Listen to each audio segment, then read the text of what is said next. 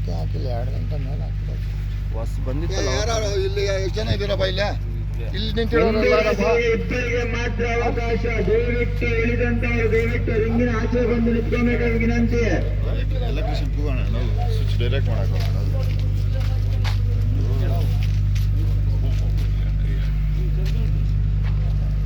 ಅಣ್ಣ ಯಾರಣ್ಣ ಅಲ್ಲಿ ಬರೋಣ, ಆಚೆ ಬರೋಣ.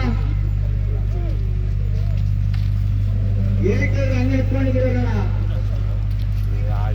ವ್ಯವಸ್ಥಾಪಕರು ಆಚೆ ಕಳಿಸಿ ಅವ್ರನ್ನೆಲ್ಲ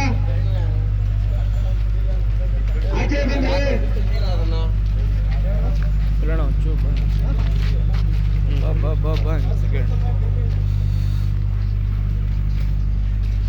ಅಲ್ಲಿ ಎಡ ಬರಲ್ಲ, ಇಟ್ಕೊಂಬರ್ತಾರೆ ವೈಲೇಶ್.